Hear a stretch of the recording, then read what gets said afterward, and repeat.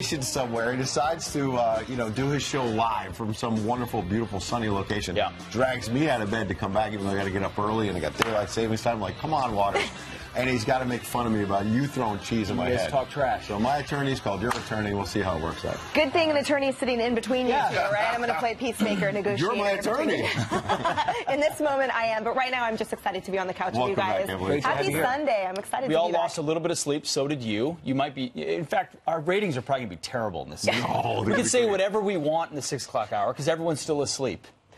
Right? They Get that attorney ready, right? They'll be here at 7, so you're in the bonus edition of Fox and Friends Weekend right now. No one else is watching. Just you want to talk about bonus coverage? Alexandria Ocasio-Cortez. She's at that festival down in Austin, South by Southwest.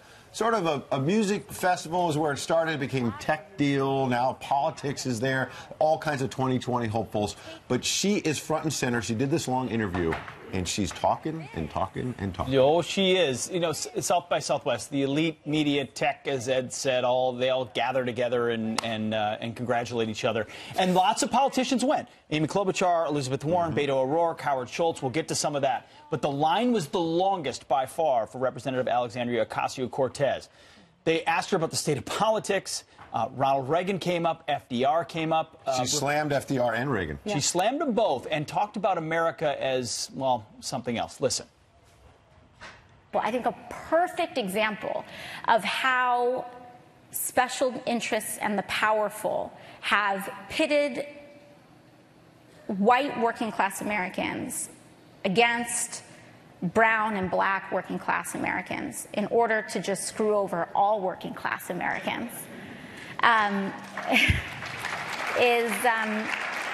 Is Reaganism in the 80s when he started talking about welfare queens. Mm-hmm. He's painting this really resentful vision of essentially black women who were doing nothing, that were sucks on our country, right? That's not explicit racism, but still rooted in a racist caricature. It gives people a logical reason to say, oh, yeah, no, toss out the whole social safety net. Yeah. And then as a result, we are all devastated. When someone's talking about our core, it's like, oh, this is radical. But this isn't radical. This is what we've always been. Mm-hmm. I think all of these things sound radical compared to where we are, but where we are is not a good thing. And this idea of 10% better from garbage shouldn't be what we settle for. So 10% better than garbage, that America right now, what's happening in America is garbage? What kills me about that is how I feel like it was just littered with all of these trigger words that makes the audience laugh and cheer, when really what she's saying is so confusing. She said we're 10% up from garbage when we know that wages are on the rise, and that's the direct result of the capitalist culture. It's not the direct result of imposing regulations. She says she makes it clear that, by the way, taking from someone else or my gain doesn't mean taking from someone else. Yeah. And yet, literally, that's exactly what her proposed policy is, which is to take from the top to give to the bottom. There's just so many contradictions in there. I don't understand how these kids, frankly, can listen to that in the audience and hear it. One word that was not mentioned, Venezuela. Right. No, never. That never came up. Actually, Howard Schultz brought it up, though, to booze. The audience booed him when he brought up Venezuela. Because, Emily, what you just said is racist. FDR is racist. Ronald Reagan is racist. I'm racist. Ed's racist. Dave, the cameraman, is racist. We're all racists today. No, that is exactly how she explains away opposition to what she wants to do in socialism. And then she calls our country garbage because her premise is that it's amazing because we've never been more racially equitable. Never more gender equitable. The boats have been rising for everybody. Think about what middle-class people have access to today compared to 50 years ago as far as technology and well-being. So she's looking at it through one lens. She is right about one thing, though. We are not in a moderate moment at all. Right. She says, I'm not for the moderates or the meh people. I'm in for radical change. Sure.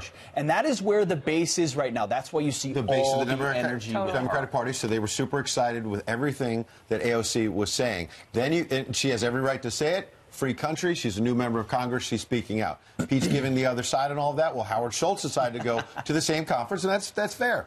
And Howard Schultz decides to present, because he's thinking about a potential independent run for president, a more common sense approach, a more moderate approach. And the left didn't like it at all. Watch. That's a well-intentioned idea, but it's never going to happen. Let's propose things that are true, that are honest, that are sincere, and that are realistic. For us to start moving towards a level of socialism is such an extreme position and something that I think is inconsistent with the values and the heritage and the tradition of the country. If Donald Trump runs against one of those types of candidates, it's my belief that Donald Trump will be reelected.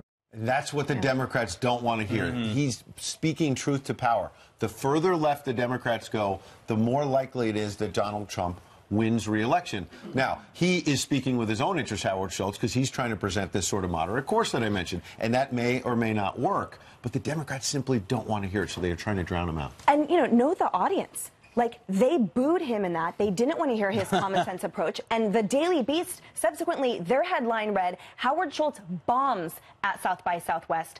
Quote, you don't like that. Because when the audience booed, he was like, what, you guys don't like that? And he was talking about Venezuela. So, again, it's like this, the Kool-Aid that's just saturated the audience there in those Again, think about our moment. This is not his moment. This is the radical leftist moment. This is the socialist from the Bronx moment. The liberal CEO of Starbucks, everyone's crunchy favorite restaurant, gets booed at South by Southwest because he doesn't like socialism. It's a preview of what moderates are going to face in this cycle. And speaking of moderates, a poll just came out from Des Moines Register, CNN, and a few others in early March of likely Iowa caucus goers. So these are folks on the Democrat side that will go to caucuses. Look who's on top. Joe Biden comes out at 27%. That's Bernie largely Sanders. name ID. He may not even get in, but also every time he's run on his own, when he wasn't a sitting vice president, he got low single digits. So right now he's up high. Bernie Sanders, fascinating that he's at 25%. We talked about this yesterday. Yeah, that not to discount him, right? And those that said, oh, there are some already casting doubt. Look how close he is up there. Note that a lot of Democrats have been in Iowa for quite some time. So those numbers might be really indicative, and maybe it is a half step past name recognition at this point. Even more interesting than individual candidates, feelings that you might have if the party nominee thought the country should be more socialist. These likely Iowa caucus goers, the ones who are going to decide the fate of the Democratic nominee, 56% very mostly satisfied with socialism, basically. 33% very or mostly dissatisfied. 11% somehow not sure. This is why Joe Biden is still in the Caribbean, trying to figure out whether he should run for president. Run as a moderate? Has the party left him? Can he raise the money? Is the energy there? Does he want to become a socialist, or will he be Jeb Biden? Will he be the Jeb Bush of this cycle? Everyone thought, because he had name ID, Ed, to your point, he'd be the front runner. Jeb Bush had great name ID. But the kids don't love him. The socialists don't love him. The greenies don't love him. No one who you need in your base in the Democratic Party loves him. The more I watch this process, the more I believe that Bernie Sanders has an advantage. And he could step in it. I don't know. But this guy's got the energy because he was there when no one else was, and he'll talk about socialism in a full-throated way. Real quick, Emily, look at these issues and how it plays into what you were saying a moment ago. Iowa Democratic voters, what you care a lot about. 81% health care. Is that Medicare for all? Climate change, 80%. Green New Deal. Whoa. Income inequality. We heard that going back to Barack Obama. Race relations, immigration. Interesting, immigration is so high up. President talks about that all the time. Job creation is in the middle of the pack. Also interesting, if you go way down, international trade at 37%, it's higher among Democrats than impeachment. Only 22% say they care a lot about impeachment, yet Democrats talking about impeachment all the time in Congress. Which is interesting because I feel like those numbers really belie the fraction within the Democratic Party, right? You have the kind of older ones at the top that are focused on impeachment. That's at the bottom. Nearer the top was climate change and those progressive issues that Biden's not necessarily touching on, that he might not represent that progressive push from the left, that Bernie Sanders might, et cetera. So that's again, an that's interesting, the base. Iowa. That's the primary base, not necessarily the general electorate base. So does that person who has a manufacturing job in Pennsylvania care about climate change the way primary voters do? That's part of the challenge. So what do you think? Great Where's point. the Democratic Party headed? Who's the likely nominee to come from the ashes of all of this? Friends at FoxNews.com. Yeah. All right, guys, turning to your headlines, we start with a Fox News alert. A-Rod are getting married. We were just talking about this backstage. The music icon and retired baseball star announcing their engagement on Instagram, each posting this picture of the huge diamond ring. So big. Yes, someone backstage called it an ice cube. A-Rod popped the question during a weekend getaway in the Bahamas. The couple recently celebrated their 2-year anniversary. All right, those are your headlines. Good luck to them. That's pretty awesome. Good for them, indeed. All right, coming up, should lawmakers take action to ban daylight savings? Big one. We'll talk to one who is trying to do just that. Yeah, I want to ban it right now. That confrontation involving those Covington Catholic school students took a new turn. CNN now becoming the target of a mega lawsuit. Joe Concha on the message that it sends to the media. That's next.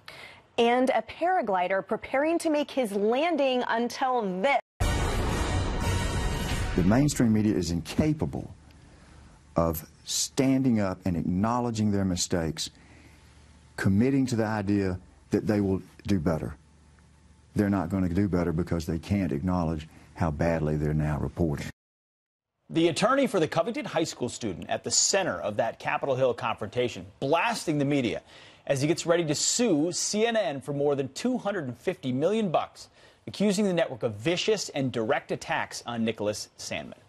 Joe Concha is a media reporter for The Hill and WOR radio talk show host. He joins us now to weigh in. Good morning, Joe. Thanks for joining us. Good morning, Emily. Congrats on your Antonio Brown going to your Las Vegas Raiders, by the way. Thank you. We are quite excited. Sorry, not sorry, Steelers. So, Joe, tell us your read on this impending case that, as we know, will be more than $250 million.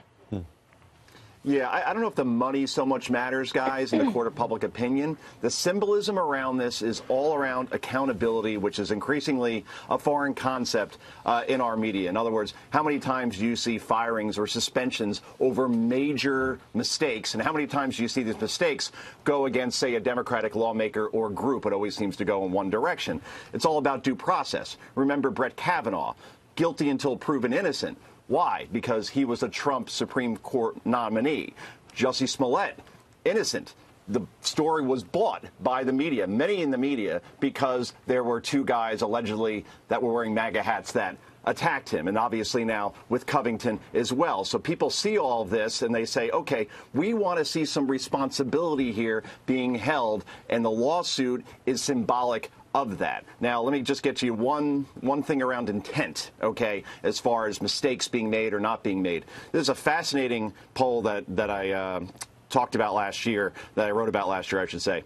Americans believe, 3/4 of them, traditional major news sources report news they know to be fake, false, or purposely misleading, including 80% of independents. This is a very real perception out there, and that's why the Washington Post and CNN are going to have their hands full, because many in the public believe that these mistakes are being made intentionally, not because they're just mistakes because they're moving too fast. Right. Absolutely. Well, Nicholas Sandmann's attorney went on to talk about why CNN is being sued. Take a listen. CNN couldn't resist the idea that here's a guy with a young boy with a Make America Great Again cap on. But they're out there right away going after this young boy, and they maintain it for at least 2 days.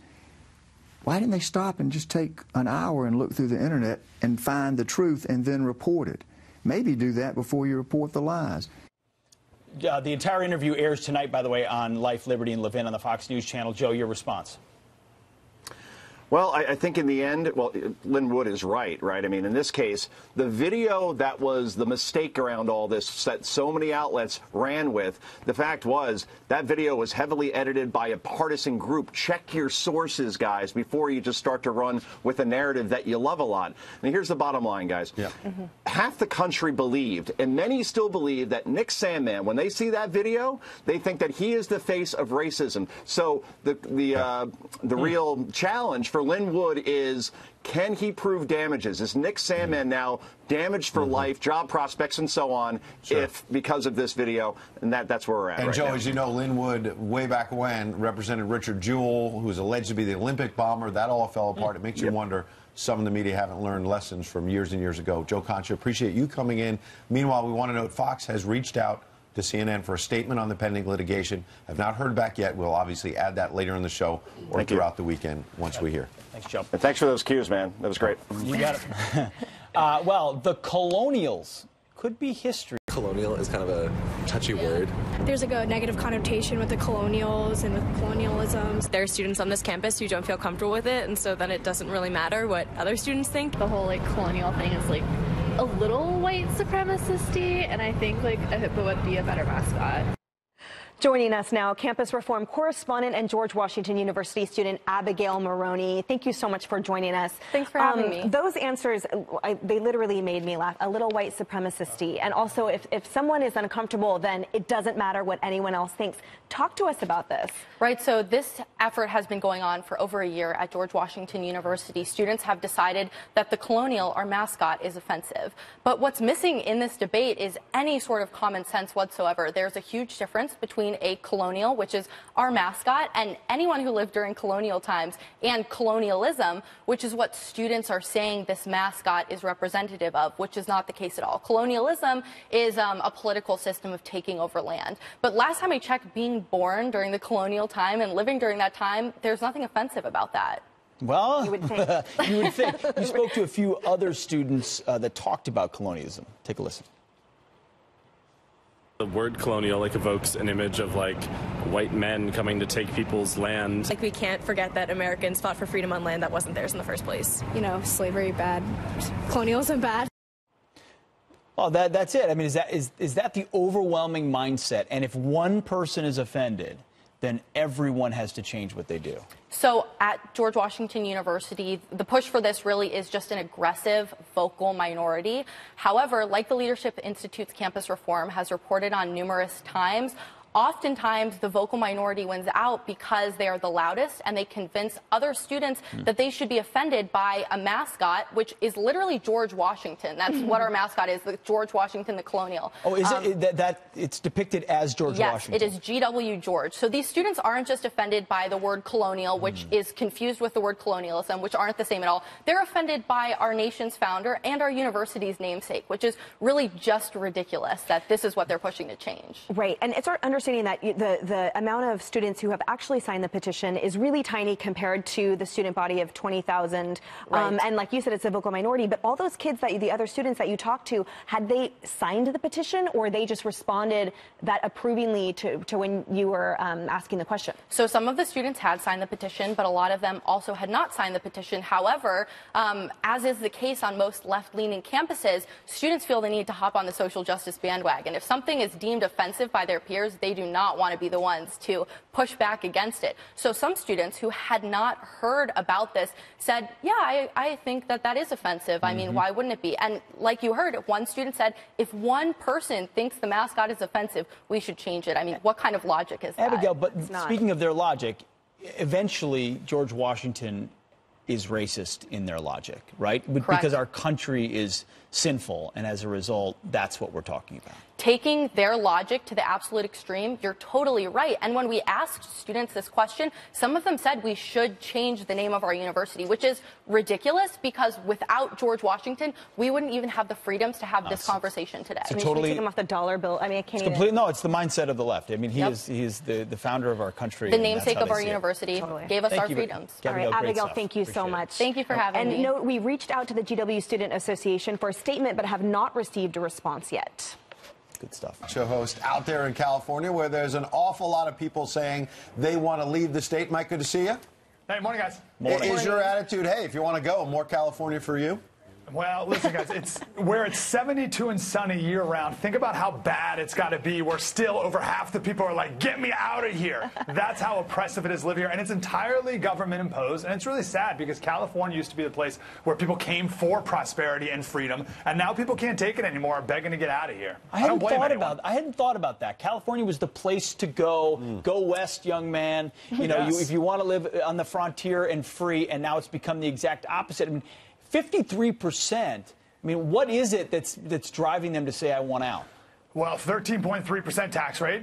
Not to change topics, but this is why Bryce Harper, who signed the contract with the Phillies, didn't sign with the Dodgers or the Giants, because who wants to pay a 13.3% income tax, right? And then also the price of housing. I mean, I can't watch HGTV when they do fixer-uppers in Waco, Texas, and they buy a house for like 80 grand. And out here, you can't get anything for less than $1 million. I'm no kidding. Younger people, especially millennials, when they're leaving college, getting out of the house, there's no way they can afford a house. It's impossible. So they're moving to other states and screwing up those those other states, unfortunately. Yeah, I'm a Californian, Mike, and I'm second generation, and it's like in those two generations, there's the arc of, hey, come here and start these businesses. Oh wait, let's overregulate, overtax, and then now my whole family has left because there's nothing left. And now we have the president tweeting on the California governor. I hope the grandstanding governor of California is able to spend his very highly taxed citizens' money on asylum holds more efficiently than money has been spent on the so-called fast train, which is billions over budget and in total disarray. Time to reduce taxes in California. Yeah, well, the grandstanding part was because our governor was just at the border the other day talking to people saying that the border there's no crisis at the border. That's what the grandstanding is all about. But of course there's no crisis at the border, Gavin, because there's a wall here in San Diego. There's an area along the border that used to be called Dead Man's Canyon because so many immigrants coming across are either murdered or raped or robbed along the way. It's called Dead Man's Canyon. They built a wall. Now there's a mall. So you can get your Ghirardelli ice cream and literally walk 20 steps and touch the wall. That's how safe it is now. So yeah, there's no crisis now, you grandstanding governor. It's because we have a wall, and that's why the president wants a longer one. Well, but yeah, and then taxes, and of course the boondoggle with the train and all that. It's absolute madness here. Well, speaking of grandstanding, there are a lot of presidential hopefuls, I suppose, for 2020 who are going to that South by Southwest festival in Austin. Elizabeth Warren is one of them. Take a listen to what she said. The monopolist will make fewer monopoly profits. Boo-hoo. We want to keep that marketplace competitive, not let a giant who has an incredible information advantage and a manipulative advantage be able to snuff you out. My view is break those things apart and we will have a much more competitive, robust market in America. You know, Mike, I was surprised yesterday that Pete was jumping on the Elizabeth Warren bandwagon a little bit. Mike, no, help me out, Mike. Elizabeth Warren is out there defending, effectively, if you listen to her whole speech, defending capitalism and talking about breaking up big social media companies because they're monopolies. Am I wrong in feeling like she's just a little bit of sanity amongst socialist insanity? There are some problems with the big tech Silicon Valley companies, but that's also not what she's talking about. She's also talking about raising taxes and getting more government involvement in every other way, which is she should have no involvement with that whatsoever. But to tie back into California, the reason California screwed up is because the people of California keep voting for these people, right? So it was H.L. Mencken who said the theory of democracy is that the common people know what they want and deserve to get it good and hard. And that's what we have here in California, and that's what Silicon Valley is going to do as well. Those guys at South by Southwest, they're going to vote for people like Elizabeth Warren, and they're going to screw up the little semblance of capitalism and prosperity we have in California. Elizabeth Warren will say the C word, which you're not supposed to say, which is capitalism. She'll actually, I mean, it's scary. She's the one defending capitalism. Yeah, did you hear? Was it Hickenlooper? Is that the Colorado governor the other day? He would not say that he's a capitalist. He was a small businessman. He ran a brewery. I guess I'll give Warren a little bit of credit. Just give her a little bit. Mike, just a little bit today. That's all we're asking for. Great stuff, Mike. Thank you very much. Appreciate your time. Hey, thanks, guys. Have a great day. Thank you. All right, turning to your headlines now. The search for a missing Marine is intensifying. North Carolina. You know, by the way, Mike Slater also was talking about the high taxes for Bryce Harper. Rick, I have a hard time feeling bad for Bryce Harper if he had gone to California, 13% tax on a $330 million contract. A lot of taxes, but a lot of money. I was just doing the math. Just tax them all, says Ed. Yeah, Emily was about to say something really good. But more importantly, we need to hear from you and the weather. Was that it? See, I told you she was about to say something good. Very nicely done. All right, if you're in Caribou, Maine this morning, it's really cold, -6. That's the only spot that's really, really cold. Cold across the northern plains where you have some snow. And precipitation-wise, Florida, nothing today. We had the severe weather yesterday. We didn't get the big tornado outbreak like conditions possibly were going to happen. That's good news. We will see a little bit of storms here, and you'll notice kind of this moisture coming all the way from parts of the Pacific. That will kind of stream here across parts of the south and keep things unsettled. And as the day goes on and heats up a little bit, we will see some severe storms here. I don't think we're talking about tornadoes this time, and this is, I'm pointing this out because this is the area that last week was hit by those 39 tornadoes and that one in Lee County that caused those 23 fatalities. To the north side of the storm, that's where the cold air ends up place. You're seeing it all the way back across parts of Minnesota still. A little wind down. We have the snow that's moving in across parts of upstate New York and throughout New England. That will turn into rain a little bit later. And behind this storm, very windy conditions. So we'll probably see a few airport delays. And people are asking me, where is spring? Is it coming? It's going to get here a little bit this week, especially across parts of the southeast towards the mid-Atlantic. Rick, I was listening a little bit, but I was doing math. He said... I was. It's going to be warmer in some places. But no, it's important. I'm sorry, Rick. Yes, go ahead. He said, I don't care about taxing 13% on $330 million. Just a cool $39 million you're giving to the government. He still has almost $300 million on it. I mean, you just did crumbs have to, for Where have you heard that before? By the way, you had to pull out your calculator to do that one? Come on. That wasn't super hard. It wasn't super hard. All right, thanks, Rick. Trying to get it right. Yeah, okay, good. Meanwhile, after the scandal involving Patriots owner Robert Kraft, some New York lawmakers are pushing now to legalize prostitution. All we've done is further criminalize the undocumented, our transgender population, and anyone who engages in sex work. And now some Democrats running for president are throwing their support, of course they are, behind the idea on a federal level. Is it a good one? We'll discuss it coming up next. Plus, New York Kamala Harris became the first U.S. presidential candidate for 2020 to publicly state she supports decriminalizing sex work. So what could this mean for the case involving Robert Kraft and more? Joining me now to discuss is New York Assemblyman Kieran Lawler. Thank you so much for being here today. So give us your perspective as a New York Assemblyman of what this might do to your state. This is one of those things that kind of sounds good on paper. You'll clean up the industry, but it's actually counterintuitive because there's been studies by the London School of Economics which says that if you decriminalize or legalize prostitution in a country, you actually increase illicit trafficking to that country. And the more wealthy that country is and the more democratic it is, the greater the increase in trafficking. So this could actually be called the trafficking expansion bill because that's the impact that it would have if it was in place. As far as Robert Kraft, if my colleagues on the left, on the other side of the aisle, had their way in New York, something like what Robert Kraft is accused of, he would not be accused of that. And you ask, what would it do to our state? Being the first state in the union to have decriminalized prostitution, we're going to invite a whole element into our state for sex tourism and other things, which we're really not going to like. Right down the road is Times Square. One of the great accomplishments of the Giuliani administration was cleaning up the adult industry in Times Square. All that stuff was legal, but it brought in a huge illegal element and made Times Square for a generation almost a no-go zone. Right, and there's something to be said for having an argument that addresses what is an ill in society, which one could argue that makes sense, right, with what there's some who are calling for the decriminalization that it goes for, but this probably isn't the right way to do it when, as you said, the spectrum covers so much. So speak to viewers about that spectrum, that on one end you have human smuggling and sex trafficking down to just engaging. Their argument is, well, two adults in a consensual act and the whole host of things in between. Speak to that. The proponents of this bill make it sound like it's a job like any other job, but I think it's inherently violent. It's inherently dehumanizing. I don't think you can treat it like working at a store or working at a typical job. So I don't know how they can make that comparison.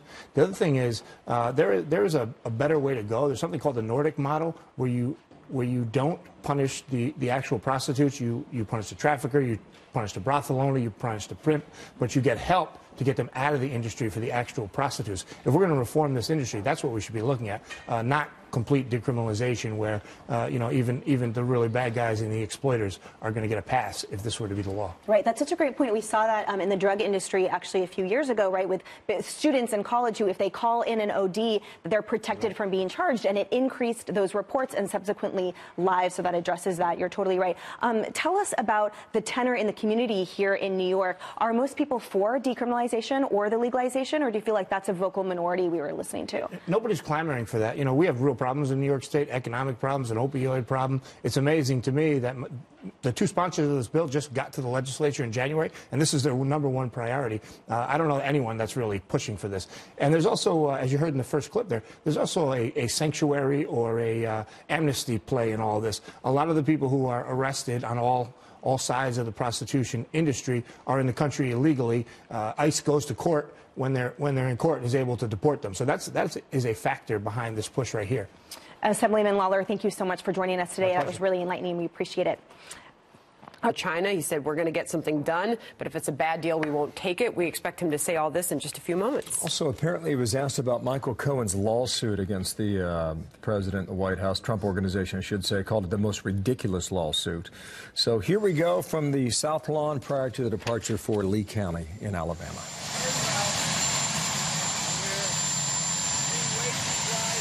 More than they have at any time for a long, long time. Wages are going up, first time for many years. I talked about it during the campaign for over 20 years, so I'm happy about that. The economy is very, very strong. If you look at the stock market over the last few months, it's been great. And certainly since my election, it's up getting close to 50%, the stock market. So we're obviously very happy with that. We will, I think as soon as these trade deals are done, if they get done, and we're working with China, we'll see what happens. But I think you're going to see a very big spike. A lot of people are waiting to see what happens with the China deal. Mexico, Canada is done. We'll be submitting to Congress very shortly. And that's a great deal for the United States, so we're very happy about that. And I am now, as you know, going to Alabama. Some of you are joining me, but I look forward to it. I'll be meeting with Governor Ivey, the people of Alabama. They got hit very hard by the tornadoes. We're stopping there. Then we're going to Florida, and we're going to do a lot of work. We'll be working very hard. I feel very badly for Paul Manafort. I think it's been a very, very tough time for him.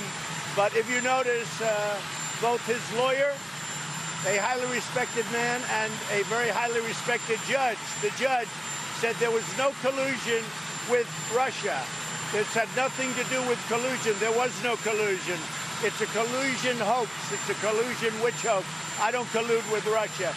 So I just want to tell you that his lawyer went out of his way, actually, to make a statement last night.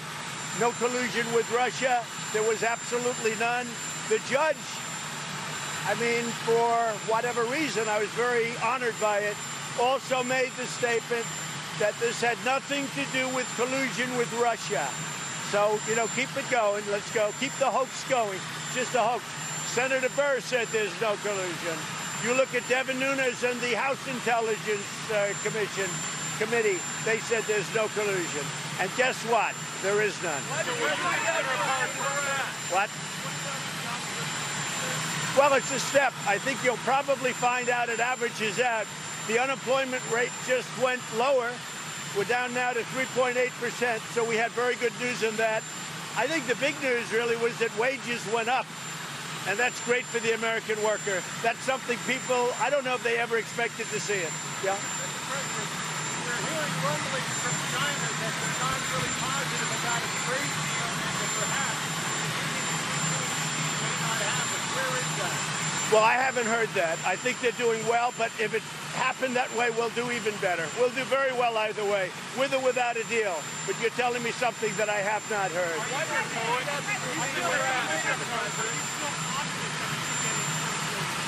Yeah, sure, I'm confident. But if we don't make a very good deal for our country, I wouldn't make a deal. If this isn't a great deal, I won't make a deal. Say it? I don't even discuss it. The only one discussing it is you. I haven't discussed it. I know that in watching and seeing you folks at night, that Michael Cohen lied about the pardon.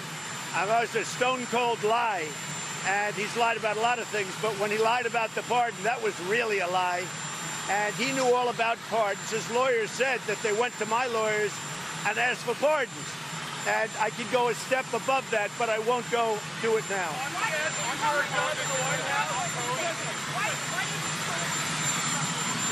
Why what?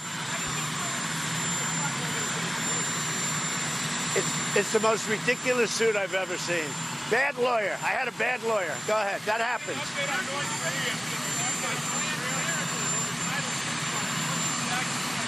We'll make a comment over that.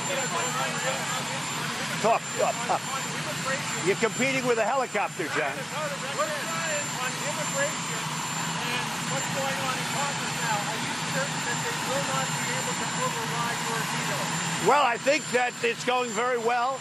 The border, we're doing a great job. We're apprehending record numbers of people, 75,000 over the last short period of time. That's a lot of work, and with a wall, we wouldn't have to do it. No, I think we're doing fine in Congress. They understand it's an emergency.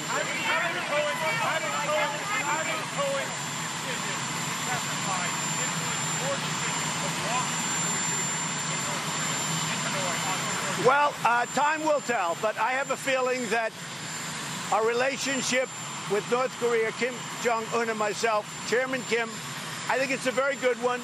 I think it remains good. I would be surprised in a negative way if he did anything that was not per our understanding. But we'll see what happens. Look, when I came in, under the Obama administration, North Korea was a disaster. You were going to war, folks, whether you know it or not. You were going to war. There was no talking. There was testing. We didn't have our people back. We didn't have our great hostages back. Now we're getting the remains. We're doing a lot of things now. This was a disaster. I inherited a mess. In many ways, the Middle East, I inherited a mess. And it's straightening out a lot. We're doing very well there. I inherited a mess. I inherited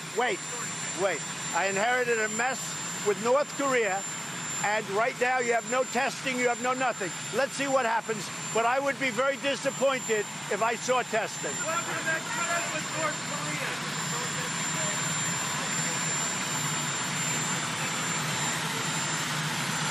I thought yesterday's vote by the House was disgraceful, because the Democrats have become an anti-Israel party.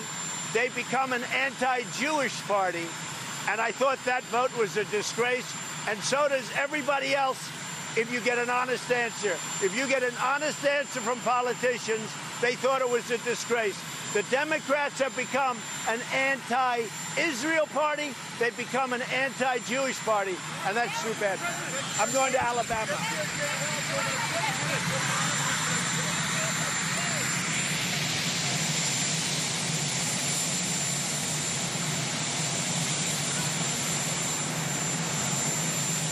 Pretty much around the table on the topics of the day, right, Sandra? Manafort, China, Cohen, North Korea, Ilhan Omar at the end.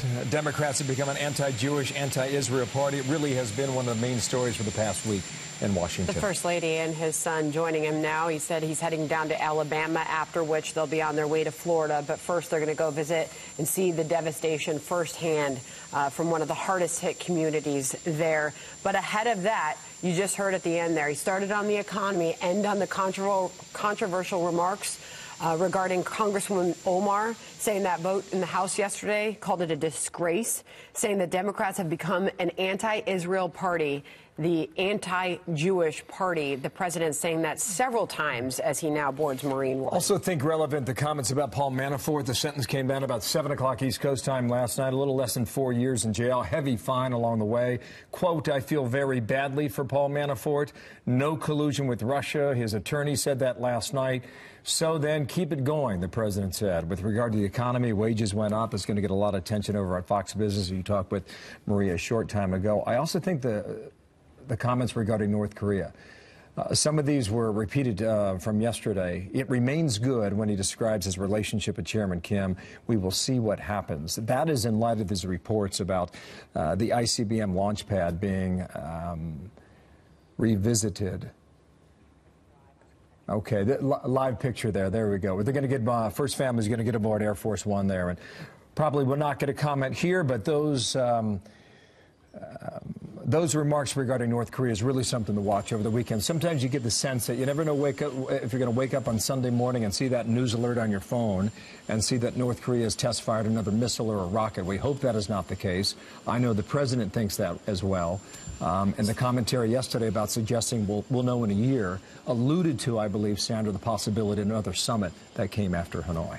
So if you're sort of confused at what just went on here, that was tape playback of the president as he was leaving the White House, along with the First Lady and his son. And then we're now in live shots. The Marine One then landed at Joint Base Andrews, and now they board Air Force One en route to Alabama. But he did end with those comments on that vote in the House yesterday, calling it a disgrace. Mike Emanuel on that anti-hate resolution, and Congresswoman Omar.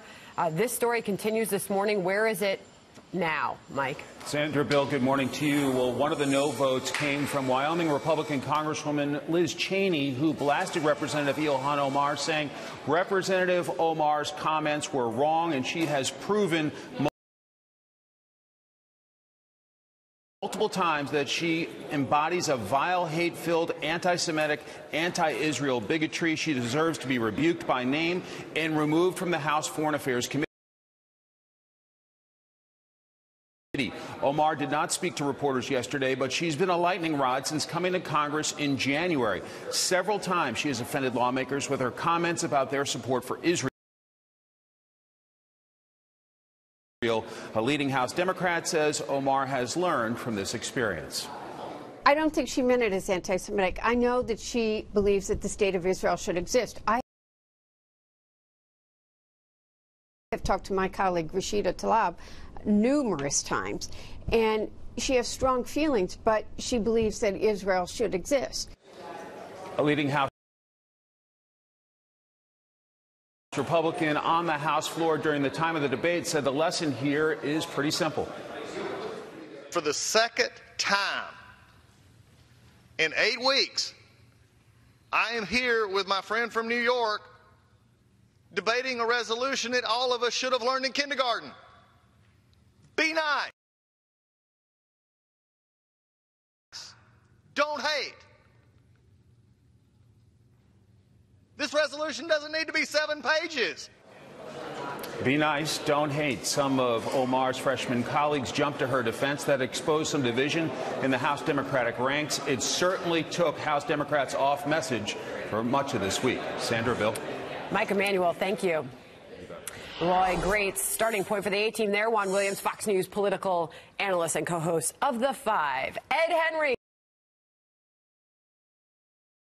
Fox News chief national correspondent, and Shelby Holliday, video reporter for the Wall Street Journal. Our Friday A-team kicking things off here. So you just heard a Democrat making the case that perhaps Ilhan Omar didn't mean this to be anti-Semitic, these remarks. You heard a similar comment from Nancy Pelosi at her briefing yesterday, making the case she didn't know the weight of her words. Democrats said that so many times when President Trump made controversial comments, right? They said, oh, he didn't really mean it. I mean, that's one of many absurdities in this whole debate.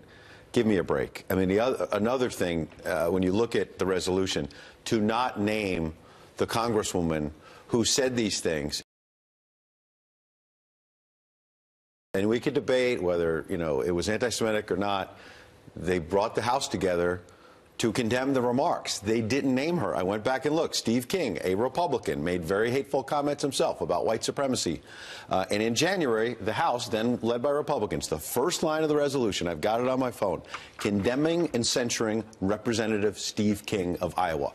Why can't the Democrats call it what it is? It was almost as if she was looking a way out of this, for a way out of this one. Well, I think that what you're seeing here is that there's a tremendous effort by Republicans to divide the Democrats along the lines, and specifically to peel away Jewish support for the Democratic Party. But you're blaming the Republicans for Democrats. Sorry, if you wanted to do that, you could pass 2 resolutions. Yeah. One that specifically condemns the comments by Ilhan Omar, and one that condemns all forms of bigotry or hate speech anywhere in this country or anywhere in the world.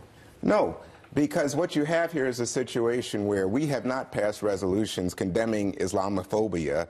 We don't pass resolutions condemning anti-black kinds of racist behavior in the country. So all of a sudden, in this moment, in this regard, we are going to highlight this new Muslim congresswoman and say that she did something that was so wrong, when in fact, as you point out, I think Sandra pointed out, Nancy Pelosi and others say, she believes in the state of Israel, and her criticism was of Israel, not of Jewish people. She made a mistake by using tropes that have a historic resonance in terms of things like it's all about the Benjamins. But there's no doubt that AIPAC is all about cementing U.S. support for Israel as it is. Under President Trump, we've seen the United States government abandon the idea of a 2-state solution, no such work going on. We've seen him move the capital of Israel to Jerusalem and abandon the Iran deal. He is in lockstep. That's We're why shifting you saw this a lot. I'm just telling you, how all of a sudden it's Donald Trump's fault? No, and I'm telling you see the top presidential candidates on the Democratic side all take Omar's position. Well, to me, this week was just so 2019 and embodies where we are in American politics. When you look at the headline at the top of the page, House overwhelmingly backs resolution opposing hate. If you're not paying attention to the news this week, you probably think that's a great thing. Okay, great. Let's move on with our lives. But if you've paid attention to all of the twists and turns, it was a huge distraction for Democrats They were supposed to be focused on another bill that was a big win for them. Nobody is talking about that bill. And it also allowed Congresswoman Omar to turn this into a victory. She issued a statement that said that we're making great progress. We just condemned Islamophobia. Ocasio-Cortez and she is now taking that mantle and saying, money great off week. Of it too, right. Rashida, et cetera. Right. Cory Booker.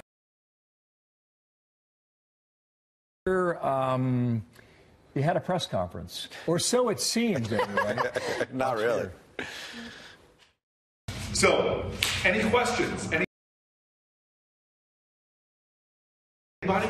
Anybody? Oh, there, right in front of me, yes. Senator, so regarding the controversy surrounding Congresswoman Omar. So can we do off-topic questions? When we finish, I will happily stand and talk with you about that. But is there anything on this piece of legislation that is out there? I can't see the people in the back. Such a big room. No questions on that. Then I'm going to end this press conference. Let my colleague here take the long. Are you walking all the way back over there? Profiles in Courage. He's looking out there. That's what we call Profiles in Courage 2019. I am Spartacus. He's having a hard time. Look, I think the bottom line is, Democrats had a whole lot of fun when President Trump had Infrastructure Week. And as Mike Emanuel pointed out a moment ago, now Nancy Pelosi, wait, she campaigned. We're going to talk about jobs, health care, all these wonderful kitchen table issues. Have they talked about any of that? They're talking about Omar. They're talking about 81 letters to Trump associates. And they promise, we're not focused on impeachment. We're focused on the American people. All right, throw really? up the Rolling Stone cover, because we remember this. And it brings up the very important question over Nancy Pelosi's leadership of her party and of these new members of Congress, Juan. Well, I think it was a victory for her in the sense she maintained a unified Democratic caucus yesterday on the vote. The danger was that they would split, that you would see people who said they viewed Omar's comments as so offensive that they could not go along. Instead, she was able to kind of package it in such a way, the anti-hate business, that everybody voted for it. The only opposition came from 23 Republicans who were making the point that you've made earlier. Oh, why don't you name Omar? Why not? Isn't this specifically about anti-Semitism? So did you like what happened with this resolution? Did you like the watered-down version? I don't think it's watered down. I think anti-hate's a good thing. I don't think that we call people out every time they make anti-Semitic remarks. Sort of sidestep the target, though, don't you think? How's that? Well, Omar made the comments. It comes back on her. No, I don't think. First of all, I think what Omar said specifically, and the offensive part, was one about the Benjamins, two about people being encouraged to be loyal to Israel, even though they're citizens of the United States, she will which make plays more on an comments on that, anti-Semitic too. trope. Shelby, what the president said, Democrats have become an anti-Jewish, anti-Israel party. I imagine we'll hear a lot more of that. That's a problem over for the next 2 Democrats. years. Whether or not it's true, and I don't think that that's a fair comment to make, Democrats are now faced with this, Republicans seizing on this issue, exploiting the divisions within the Republican Party. And let's be honest, both parties are very divided at this point. But it gives the Republicans a lot of fodder to go after them. And when you talk to moderate Democrats, their job is to be passing legislation. They want to be getting things done. They don't want to be focused on resolutions week after week and sniping across the aisle and going after their own colleagues. So this is a problem for all of them. The few in the House who are loud, they get all the attention. The squeaky wheels get the grease. And it's unfortunate for everybody. But yeah, I think these attacks are just only beginning. Yeah, and that's why when Juan says this was a victory for Nancy Pelosi, I mean, maybe narrowly on keeping the party together on this vote. But Juan, the last few days of the focus of these comments, how could that possibly be a victory for Nancy Pelosi, for the Democrats? And she may have, quote unquote, won the news cycle by brushing this aside. But Shelby's point about, is there a lasting impact with Jewish voters? I don't think so. I mean, one of the things about the president's comments as he was getting on the plane is it's so incredibly blunt an instrument. Remember, only 6% of Jews voted for Donald Trump in 2016. I think what you see is evangelical Christians who are huge supporters of Israel for their own reasons are disappointed that the steps the president has taken moving the capital to Jerusalem has not engendered more support from Jews in the United States. This is, as you just heard from Donald Trump, an effort to make it out that there's only one party that supports Israel in the United States, and that's the Republican Party. Well, this is a huge distortion. It's not in touch with reality. Even yesterday, you heard from people like Bernie Sanders, who is Jewish, saying this is an effort to somehow put a damper on honest conversation about U.S. foreign policy. Watch how it plays out. All right. We're going to pass a resolution on you three real soon. Is it all about weekend love? No. All love. The resolution, Shelby's, we always love her. The resolution on Juan is, he's worked on us over the years. We've already got a resolution. Bill Hemmer, King of Hanoi. Bill Hemmer. Yeah. We were in Hanoi together. Thank you, guys. Stand by, okay? Got more coming up here, Sandy. We're going to speak to one of the Republicans who voted against the watered-down resolution in the House. Wyoming Congresswoman Liz Cheney will join us live in the next hour of America's Newsroom. Top of the hour. Looking forward to that. Also, 15 past the hour. Two other big stories now developing at this hour. The president sounding off on his former attorney, Michael Cohen, moments ago, as we now learn that some of the staff from the Intel Committee chair, Adam Schiff, actually met with Cohen more than 4 times for a period of 10 hours ahead of that explosive hearing. So was the testimony real or was it orchestrated? We'll talk to Jim Jordan, get reaction from him coming up live in a moment. Plus, Paul Manafort sentenced to 47 months in prison, just shy of 4 years. But the judge making one thing very clear, the case has nothing to do with Russian collusion. So what happens next with all this? Alan Dershowitz can answer those questions. He will be here on all of that.